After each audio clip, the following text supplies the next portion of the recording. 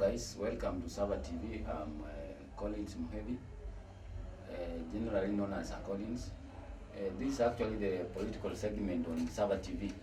I'm with my co-host here, the political engineer, Mr. Buku. Welcome. Thank you, sir. It's another opportunity for having an interaction with our subscribers of the Sava TV. We are going to talk about the Constitution Amendment Bill for 2020 vis-a-vis to the 2010 Constitution, as we are also going to discuss the 9-point agenda that was covered through a popular initiative that the committee that was gazetted by His Excellency the President, whereby they came up with the proposals. So we are also going to look into it and also try to talk about the benefits as we compare the amendments that are going to take place after the referendum come 2021. Wanabuku, I want us to go actually to the genesis of BBI. Can you actually tell our viewers what was the genesis of this particular BBI that we're going to talk about? As you understand that we should also, before we start talking about the Amendment Bill 2020, then we should go back and start and discover where did we start the journey of the Building Bridges initiative. As you understand that it has been a norm after each and every general election that we have violence that erupts because of the results. So it was something that was very prudent, whereby we acknowledge the two principles, especially His Excellency the President Uhuru Kenyatta and the former Prime Minister Raila Odinga, whereby they shook hands, whereby they decided to put away their political differences and try to put the interest of the Kenyan people forward, whereby they came and discussed and identified the 9 points that they could square out so that we can move from the divisive elections and also have violence after every cycle of election. Okay. So this was the genesis of the Building Bridges initiative, whereby it culminated to the Constitution Amendment Bill 2020, which currently it is being discussed or debated in the two House of Parliament, where the Senate and the National Assembly.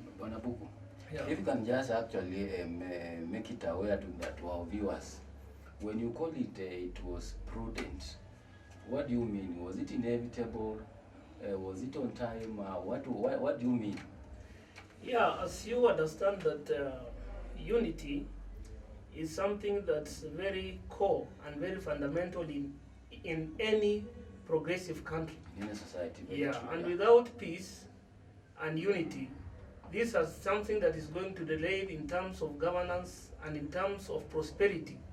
And people are not going to have that conducive environment for them to engage on their daily activities.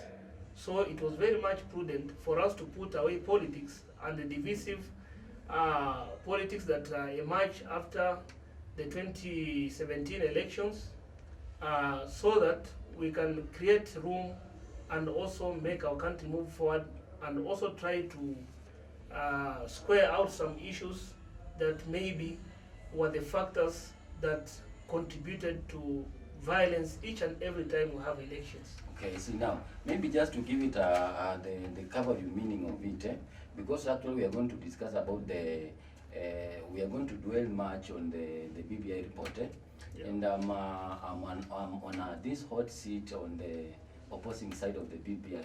Not that because I subscribe to a certain political divide, but I will oppose it with the principles. Now, if I can ask you a question, Mr. Buku, you just say that 2010, between 2010 and before the BBI report, we used to play this divisive politics. Now, do we have any principle or any act in the 2010 Constitution which actually enables people to practice divisive politics that is going to be amended or that is being put in the BBI report? Okay.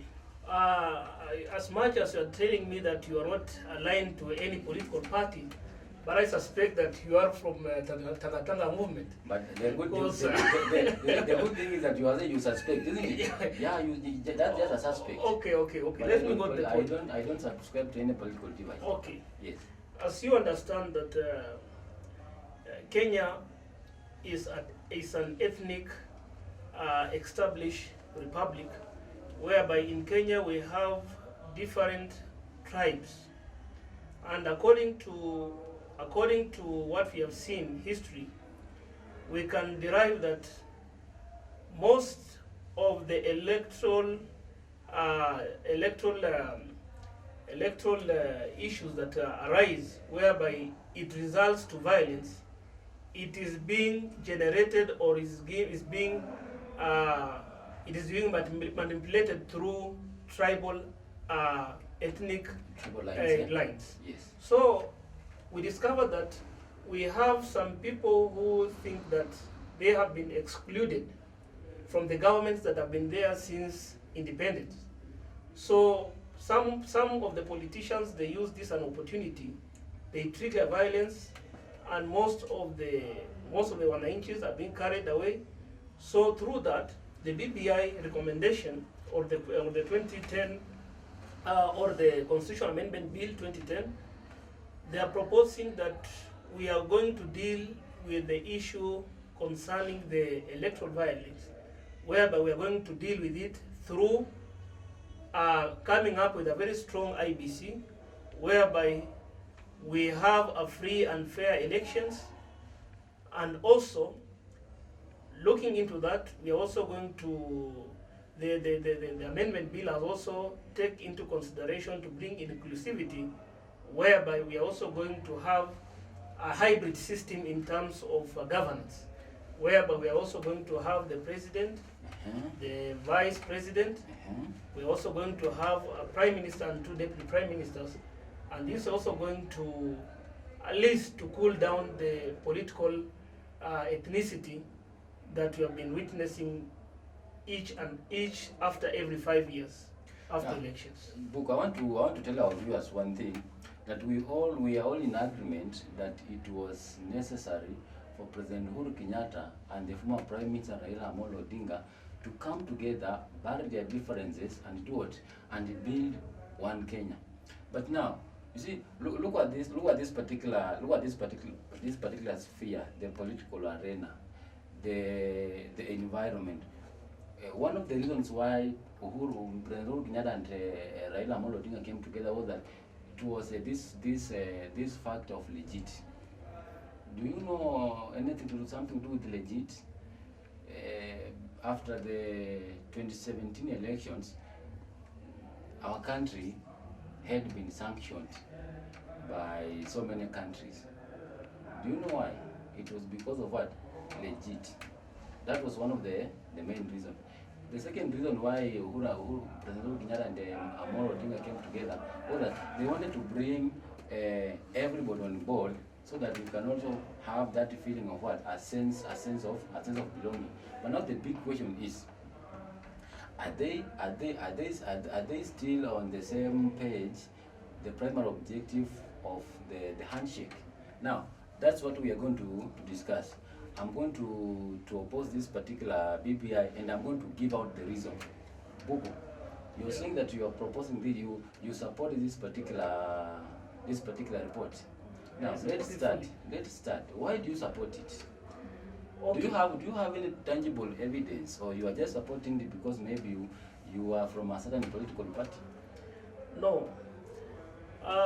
We are supporting the Constitutional Amendment Bill 2020 because it tries to deal with different areas that is going to make us to have that prosperity in different areas, especially in terms of governance.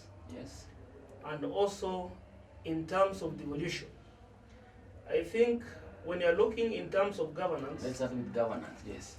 When we are looking in terms of governance, I think Kenya, after having the new constitution, the 2010 constitution, this was a very new dispensation that we had, and we decided to go the American way, whereby in terms of the governance, we are using the pure presidential system. Yes. As we try to compare with the way we used to do things before, we find that under the pure presidential system, Yes. we have that the member of the official opposition is not represented in the two houses. So it becomes so hard for the leader of opposition to at least put the government in toss and also have to oversee the check and balances in terms of the executive and what have you. So we have seen that this need for us to change the governance so that it can be efficient, whereby we are going, the bill proposes that we are going to have the leader of opposition in parliament. And according to the hierarchy, we are also going to, we are going to have the Speaker of the National Assembly. Then we are going to have the Prime Minister, who is going to be the leader of the government legal, the government legal business. But my point of concern, Mr. Book, you've just said clearly that this BBI has addressed the issue of the opposition leader in the government. And I want to put it on your awareness that it is the responsibility of any member of parliament to put the government of the day on check. It is not necessarily that the official opposition should be in the parliament. Bearing in mind that 2010, the 2010 constitution, before 2010, before the promulgation of 2010 constitution, the leader of opposition used to sit in the parliament, but there was no change. You get it? There was change, because there was change. So whatever that you are trying to, BBI is trying to address is already enshrined in the 2010 constitution. It's not yet enshrined in the 2010 constitution, because currently we have Raila Odinga as the official leader of opposition, but he does not engage in the government business or checking the government business in parliament. But does he does it outside parliament. But does he have? But when we try to compare the way they used to do before the 2010 constitution, we find that the leader of opposition was right away in the parliament. Now you want to take us back? We are not taking you back. We are trying to bring the efficiency, because we have tried. After achieving the new dispensation, we are now trying to check whereby it worked for us, and we have some things that it never worked. So we are trying to fix everything so that we have efficiency in terms of governance. So your problem is just to have the leader of opposition in the parliament? No. We are also going to have... What are you trying to address? We are trying to address the efficiency in terms of governance. That's why I tell you that we, in parliament, we are going to have three major representation, whereby we are going to have the Speaker of the National Assembly, then we are going to have the Prime Minister, who is going to be the legal, who is going to be in charge of the government business. Yeah. Then we are also going to have the official opposition. Currently, people are saying that opposition is dead, because... But do we have opposition in Kenya? People are saying that. We have that speculation. But do we have? Yeah, we have the opposition. We have the opposition. Can you prove? I can prove that we have seen the former Prime Minister, when trying to address some of the issues that are going contrary to the expectation of the Mwananchi, and he has also given out his opinion. So the opposition is there, but we are trying to make it more efficient by bringing in the leader of opposition in parliament. This is going to strengthen in terms of governance. Secondly, in terms of governance, we are looking at not the winner takes it all, whereby... What do you mean when you say the winner takes it all? The winner takes it all.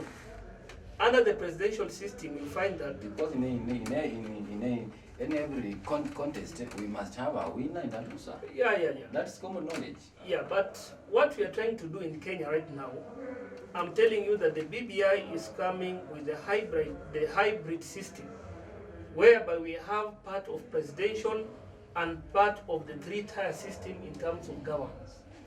So we are trying to to balance everything, so that we can see on how we are going to bring efficiency. You've mentioned something there, a three-tier system. What Yeah. is it? The three-tier system is whereby we have the president and the vice president, which is ceremonial, and we also have the office of the prime minister, a powerful prime minister. This is a three-tier system where we have the executive, whereby we have the president who is ceremonial, and we have the prime minister who is in charge. Can you clarify of, when you say a ceremonial president?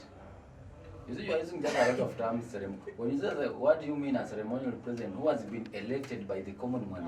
Why call him ceremonial? No, you should not try to deviate my point.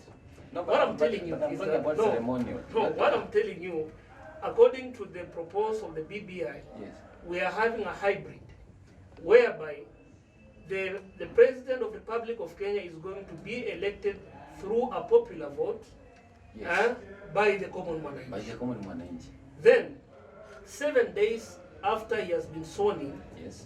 he is going to propose the name of the Prime Minister and two deputy Prime Ministers to the Speaker of the National Assembly, whereby, and the Prime Minister is going to come from the majority coalition. So the President can win and he cannot win the majority. Then it means that the Prime Minister is going to come from the opposition. So this is the proposal that we are going to have in the BBI. So if the winning coalition is going to be under the president, then after 7 days after he has been sworn in, he is going to propose the names of the Prime Minister and the Deputy Prime Minister to the Speaker of the National Assembly, and the National Assembly is going to vet and confirm before he takes office or before he assumed office. So you will actually agree with me that BBI is let me call it a scam report. It's not a scam report. How? You are telling me. Listen. You're not fair when you are saying it's a scam Listen. report, because it is Listen, I trying tell to you address something. issues and fix things that are. I want to tell you affecting something. it. I want to share my wisdom. You see, you're saying that the president is going to do what? He's going to propose the name of what? The prime minister, who is going to be the leader of government business Yeah, in the parliament. You get it, eh? Then, this particular prime minister, it is a must that he or she should come from the what? From The majority. the majority. Now, what about, I am the president of the Republic of Kenya. I've been elected by the common mwananchi. Then, in the parliament, I don't have majority of members of the parliament. Now, does it mean that it will force me to propose or appoint somebody from the opposition? No. Can that work? No. The president is not What going. is, No. look at this particular I want you to controversial. get it clearly. It's so controversial. No, it's not controversial. The bill is very clear. It says that we are going to have the president Yes. and the prime minister. But they're saying that the condition for the president to appoint the prime minister, then the prime minister should come from the majority coalition. Majority coalition. So in either way, The majority, the party with the majority members in the parliament. In parliament, Is it so? yeah. Now, what about I'm the president, but on the other side, in the parliament, I got minority members. Now, does it mean that I will go and appoint somebody from the opposition? no. Then the party with the majority is going to propose the name to the Speaker of National Assembly. Who will propose? Yeah. Who will propose? Because The majority coalition. Let me give you a scenario. In 2007, President Kibaki won the election. But in Parliament, Raila Amolo Odinga had a lot of what? Members of Parliament. Now, look at that particular situation. Now, if at all this particular situation repeats itself come 2022, who will be the Prime Minister? If at all BBI will go through. The Prime Minister will evolve Who from will propose or who will appoint the Prime Minister? Is it the President? No, the party with the majority. The party with the majority, members of Parliament, whom are going to propose the name to the National Assembly, And after the National Assembly has confirmed, then is going to assume office after he has been cleared by the National Assembly. Then there must be a lacuna. There must be a lacuna. No, there's no lacuna. There's no lacuna. anything concerning the lacuna in terms of there's that lacuna in the BBI How? report. You see why? Because BBI assumes that whoever who will be the president will also be having majority of members in the parliament. Yeah. What about if it goes the other way round? It has been stated very clearly. Yes. No, it has been stated very clearly. When you are trying to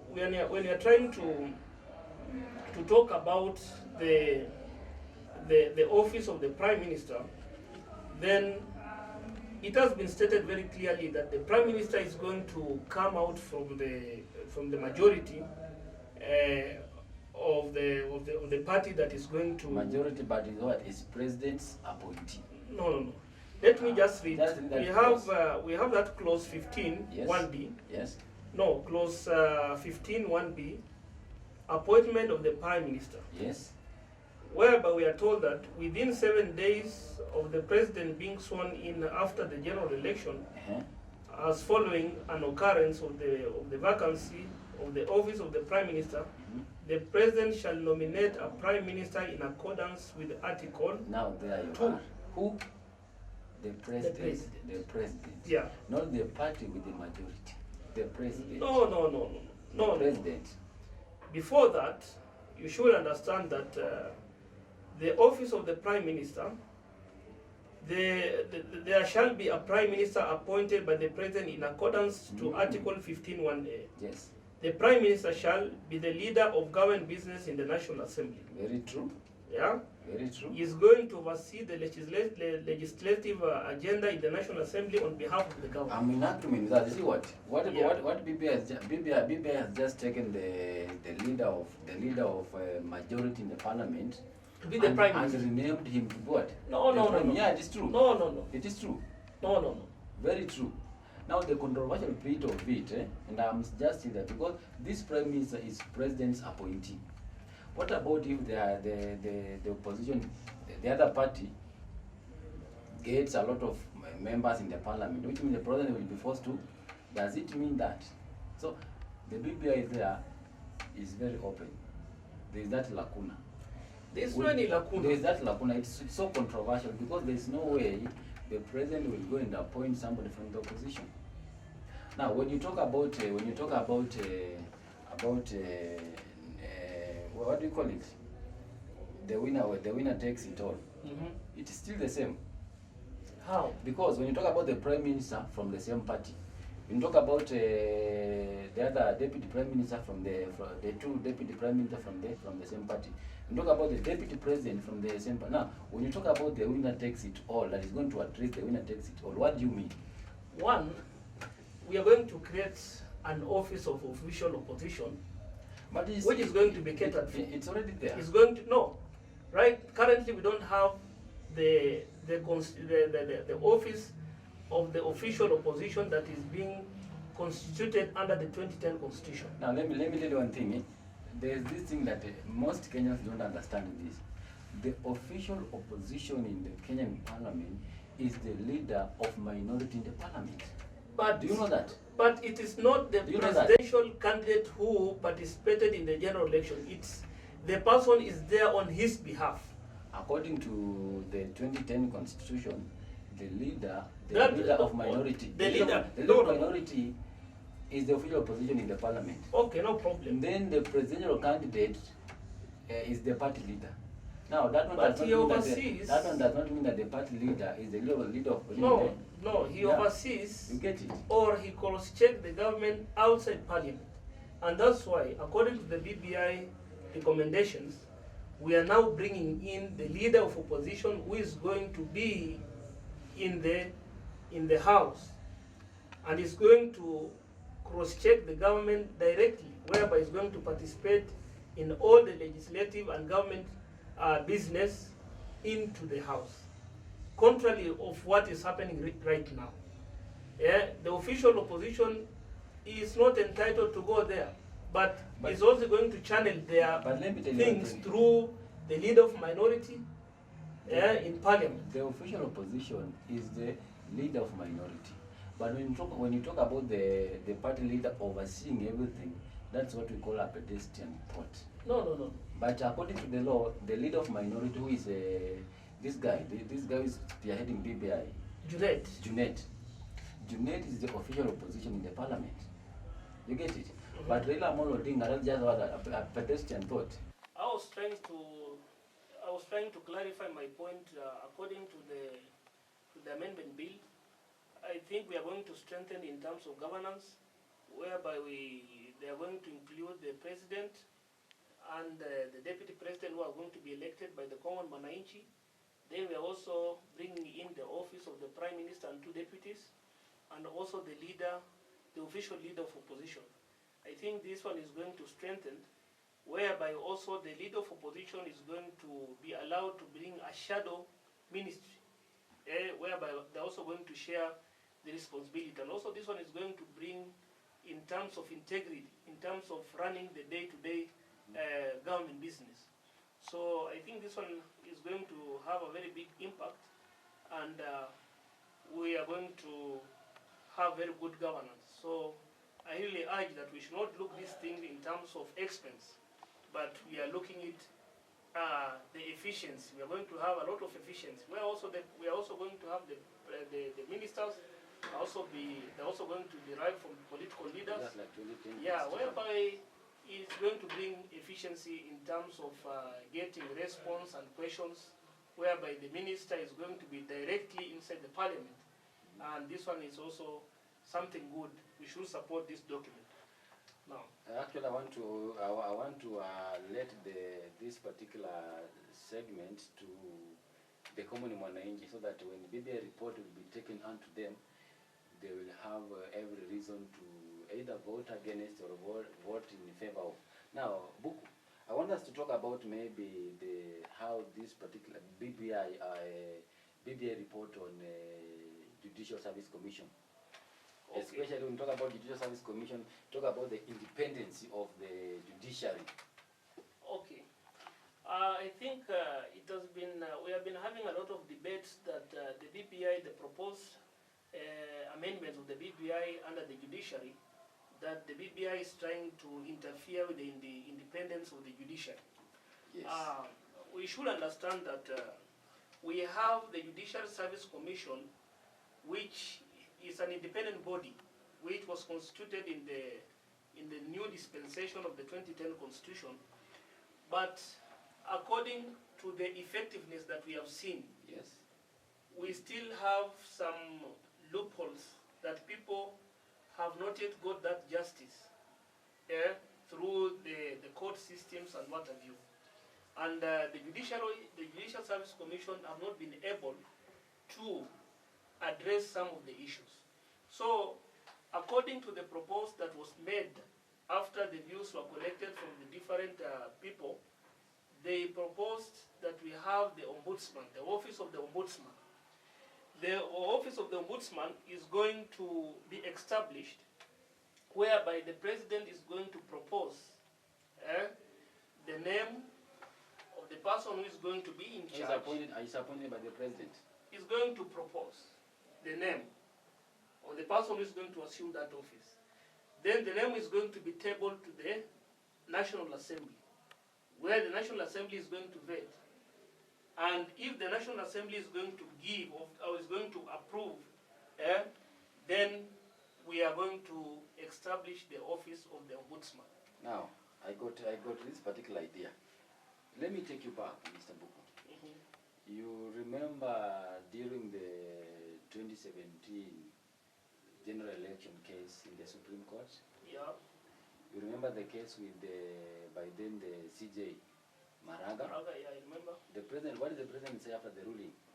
The president said that you've ruled, yes, you got the power, yes, but I will do what? I will revisit. Now, can you that's actually... That's a political statement. We cannot, no. Listen. And in any way, the president has the freedom of speech. That was a political statement. Yeah? It was a political statement, but it was not said by just any other Mwananchi. This was the president himself. It doesn't matter. The president himself said that we shall revisit. Now, my question to you, this office of the ombudsman, is it the revisitation that the president talked about? No, I can state out the roles which the office of the ombudsman is going to carry. The ombudsman is going to receive and conduct queries into complaints against the judges, the registrar, magistrate, and other judicial officials or officers, and other staff of the judiciary. This is all going to bring efficiency. And also, we have been told that the office of the ombudsman is not going to interrogate a judge who has been accused of a certain malpractices when the case is on. But it's also going to review, or is going to look into the contacts of these people who have been given the opportunity to make sure that justice prevails. How did he manage the case? Was it maybe if I can just cut you short, we got the three arms of the government. Yeah. Yes. The first one is there. You have the executive. The executive. We have the legislature. Legislature. And we have the judiciary. Judiciary. Yeah. Now, look at these particular scenarios. That one arm of the government has taken its hand to the other arm. Does it? Don't you see that it's actually the interfering with the independence of the other arm of the government? No. Whereby the office. Imagine the CJ appointing a neutral man who will be interrogating the president and the deputy president. Can it happen? Let me tell you, brother. When you are talking about the ombudsman in the judiciary, yes, there is no way that when we are going to have the office of the ombudsman, it's going to interfere with the independence of the judiciary. But it's going to make sure that we have efficiency. There's no problem, but it's proposed by the president himself. Right now, despite that we have the office of the Judicial Service Commission, but they have not facilitated by dealing with the complaints that have been derived from either judges, some of the magistrates, some of the people who are working with the registry and what have you. But this one is going to be an established office whereby you or any other person can raise a complaint which maybe he was not comfortable in terms on how his matters were handled by the Court of Justice, so that he can also get justice. Despite that the judiciary is there to make sure that people get justice, someone can feel that he never got justice. Then we have the office of the ombudsman. Who is going to deal with such issues? You want to tell me that the GSC is now going to be the skeleton commission? No. Because its power has been taken out of the ombudsman. No, that is it. No. That is it. The Judicial Service Commission. Just the responsibility of the ombudsman. The responsibility of the ombudsman has been plucked away from the GSC. No. Now, the BBI is going to disable the independence of the GSC. No. Let me tell you, the office of the ombudsman is going to work under the Judicial Service Commission, whereby by the president. No. The president has just forwarded the name. So it is the displeasure of the National Assembly to approve or disapprove the name. So, and also the office of the ombudsman is going to work under the office of the Judicial Service Commission, whereby after the office of the ombudsman have received the complaint, then is going to give the report. And the office of the ombudsman is going to give the annual report to the Judicial Service Commission. Now a question to you.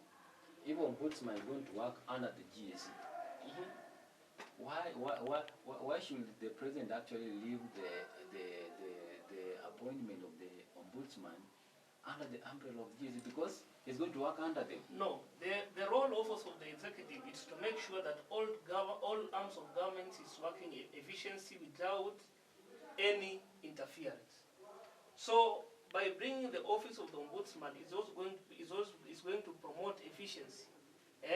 And believe or not, the BBI is not abolishing the Judicial Service Commission. It's whereby the office of the ombudsman should give the report to the Judicial Service Commission annually if there's any complaint. And remember that the Judicial Service Commission can sack a judge. Very true. It can interrogate any misconduct. Very true. So it does not yet taken away the roles or the powers of the JSC. Okay. Now, I want us to tackle something to do with the devolution. Yeah. Yeah. Devolution has been something very under BBI. Yeah, and today Kenyans are really celebrating, after the new dispensation of 2010, the fruits of devolution. Today, when you move around the 47 counties, I think Kenyans are now, they have realized the fruits of devolution. But what I can say that this, we have tried to implement the 2010 constitution in terms of devolution around 8 years since we started the new dispensation. Yes. What I can say that we have the benefits and the shortcomings, because I think we have been doing the pilot stage. It was something new. Yeah. So initially, the counties were being allocated at least 15%. At least. Yeah, of the total national revenue. Yes. But right now, the BBI proposes that they are going to increase to 35%, where it's going to be distributed to the counties. But despite that, it has been now sorted out that the Senate is going to have a very they should legislate, at least come up with very tough ways on how they are going to have oversight with the monies that are going to be distributed to the counties. So I believe that when we are going to have the monies go to the counties, and we have very strong oversight, then we are going to see the fruits of the 35 we are advocating to go back to the counties. So the BBI goodies to the devolution sector is from 15% to 35%. The 2010 says at least 15%. At least 15%. But this one is going to be at least 35. Not at least 35% of the national revenue should be disbursed to the county government. Mm-hmm.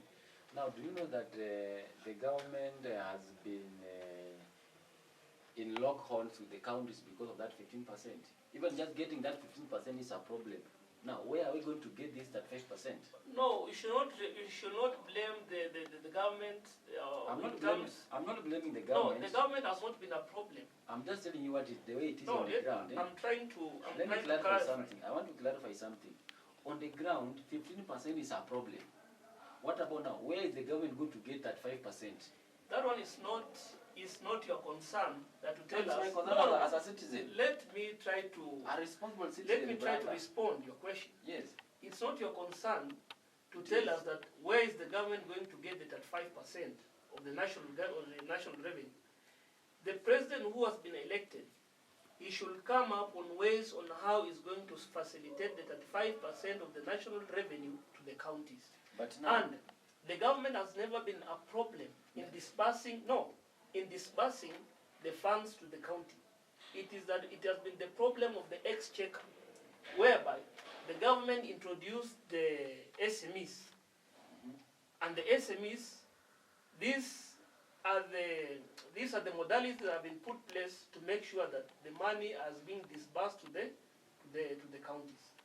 We also have problems that the counties, the office of the finance minister, the treasury, end up getting back the money from the counties that have not been used.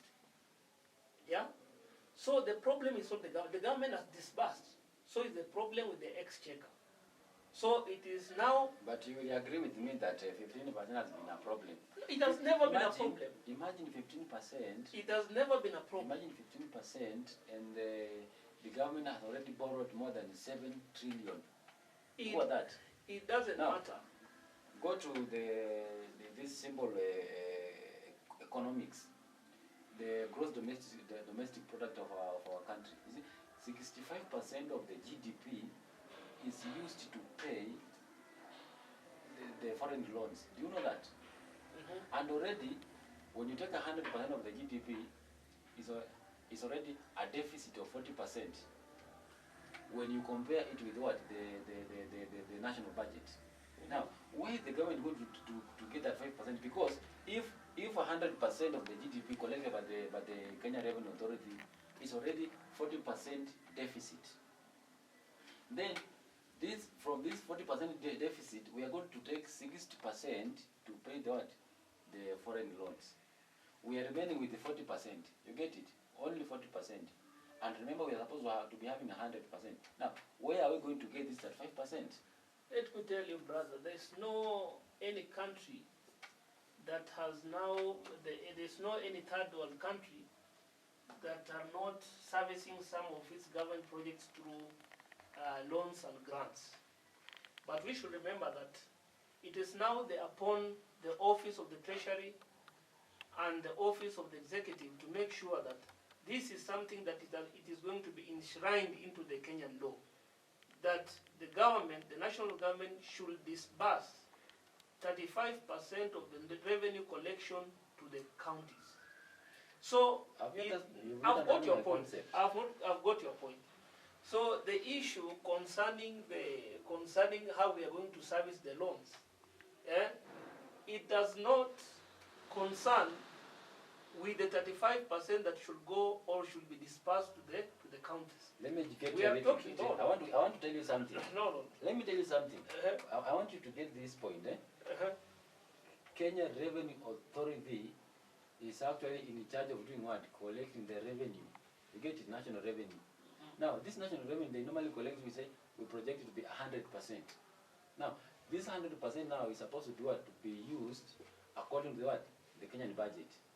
Then, this 100% is already 40% less according to the Kenyan budget, according to the national treasury budget. It's already 40% less. Then, from this 40% less, we are going to get, first of all, 60%. 60% from 40% less to pay the foreign loans. You get it? You get it? Now, where are we going to get it at 5%? I think this is the notion, or this is the narrative that the Tangatanga movement have been trying to set the idea that that despite that the country has loans, then the country is going to be unable to service the loans at the same time disburse the monies to the counties. Let me assure you that so long as this thing has been enshrined, it's going to be enacted, it's going to be a law. So it's going to be upon to the sitting president to make sure that he implements the issue concerning the devolutions. And that's why it has been captured that the 35% of the national revenue should go to the devolved units. So the office of the treasury is going to see on how it's going to service the loans. Because after all, we are taking loans, we are getting grants for development. For your information, so I don't think it's going to be an issue. I can give you a good example. A good example like Kisumu County. Kisumu County has not paid their workers for the last 6 months. Do you know why? Because the national government has not released money to the county. No. The problem is the exchequer. I've told you. Another one. I've told you. I want to tell you another The problem has been the exchequer. It has not been the national government. Look the services that were left to the national government. The police have been paid. We have other agencies, despite who are under the national government, have been paid. But the problem, it has not been the monies that have not yet been disbursed to the counties. It is the exchequer. So it is upon the people, it is upon the chairman of the COG to make sure to come and talk with the treasury so that they can finalize, and we should not have the issue of delay disbursement of funds to the counties. But the monies are there. The treasury has said the monies are there. Buku, another sector, the gender parity. What is the stand of BBI on the gender parity? Bearing in mind that gender issue has been a problem in the parliament. The former CJ Maraga advised the president to do what? To dissolve the To parliament. dissolve the parliament because of what? The gender The parity. gender parity.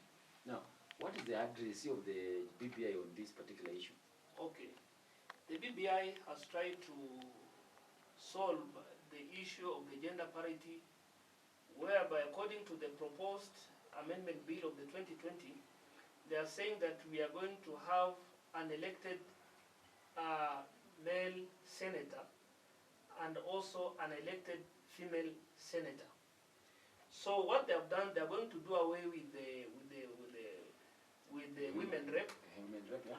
So you are going to find that today, the women rep, today the Senate, when we pass the bill, then we are going to have 50-50 representation in terms of male to female in the Senate. What about the parliament? In the parliament, Yes. we as we are trying to deal with the issue, you know, Kenya is going to be one of the countries from the Commonwealth countries, especially from Africa, to try and address the issues of the gender parity. I think that one is going to be a one step ahead. Now, even if we are not going to achieve that, but what about in the parliament? it doesn't matter if we are going. No, you will bear with me that Maraga advised the president, and his main ground was the parliament. It was not the Senate. No. It was the parliament. But the parliament. The ground was the parliament. The Now, parliament what is the- also the parliament. The Senate is also the upper house. It is very true. Is the upper house. Very true. But what about the parliament? Because the parliament is the upper house. You know that. The Senate is in charge of what? Devolution. But the parliament, national. You get it? Now, what is the address of the BBI report today? I think that one we will have done also one step ahead, because we have that good intention to make sure that we achieve the gender parity, and also in terms of the addressing the issues concerning the parliament.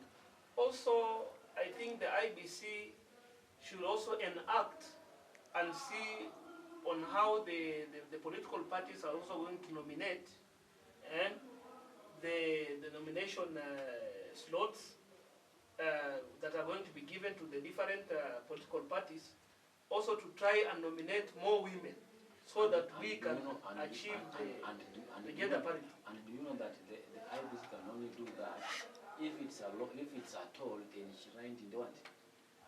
But according to the way things are going on, I think this is also a step ahead, that the government are trying to address the issue concerning the gender parity. So you will agree with me that BBI has not addressed anything to do with devolution? No.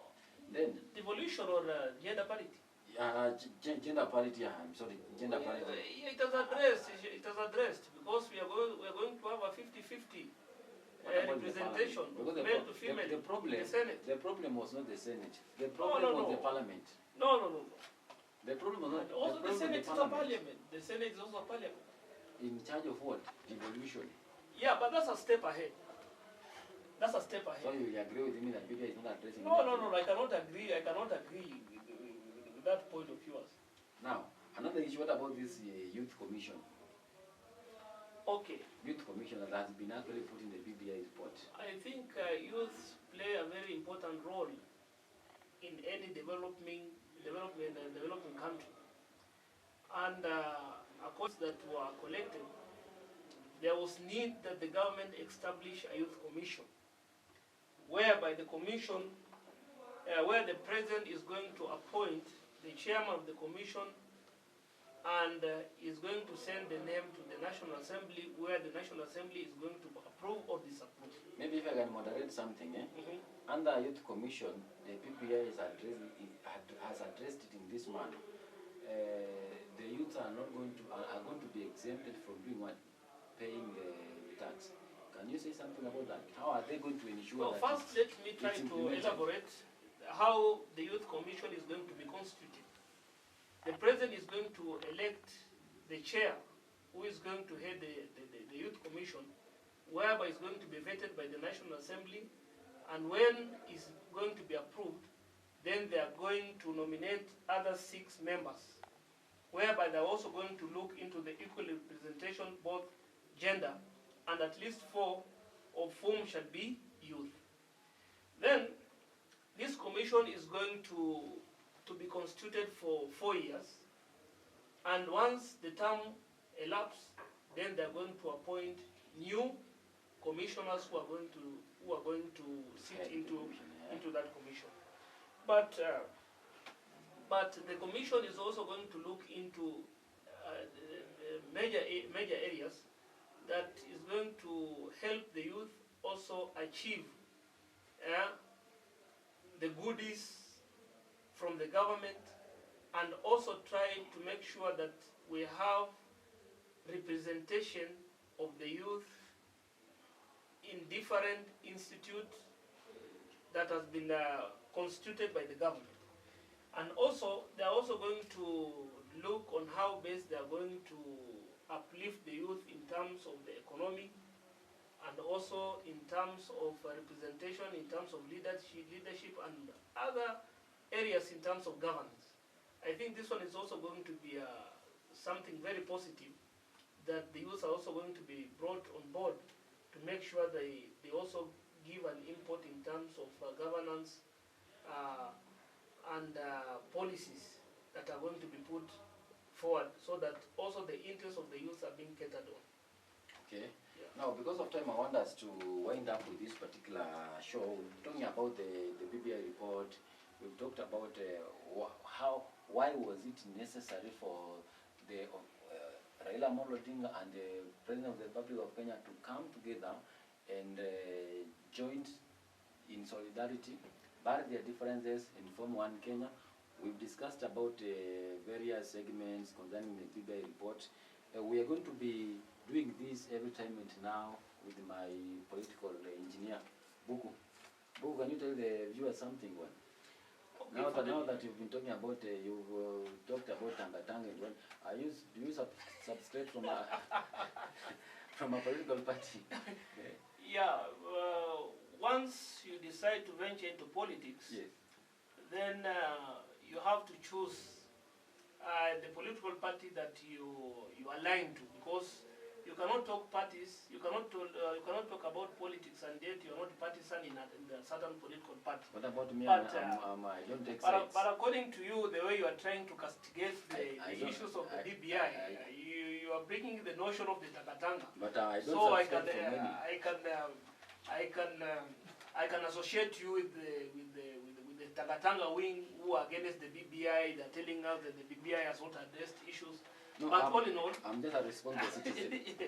But all in all, for the viewers, please, currently the BBI report is before the 2 houses of the parliament, and they are still debating it, and whether they pass the bill or they are not going to pass the bill, then according to the procedure, then the bill is going to be subjected to a referendum.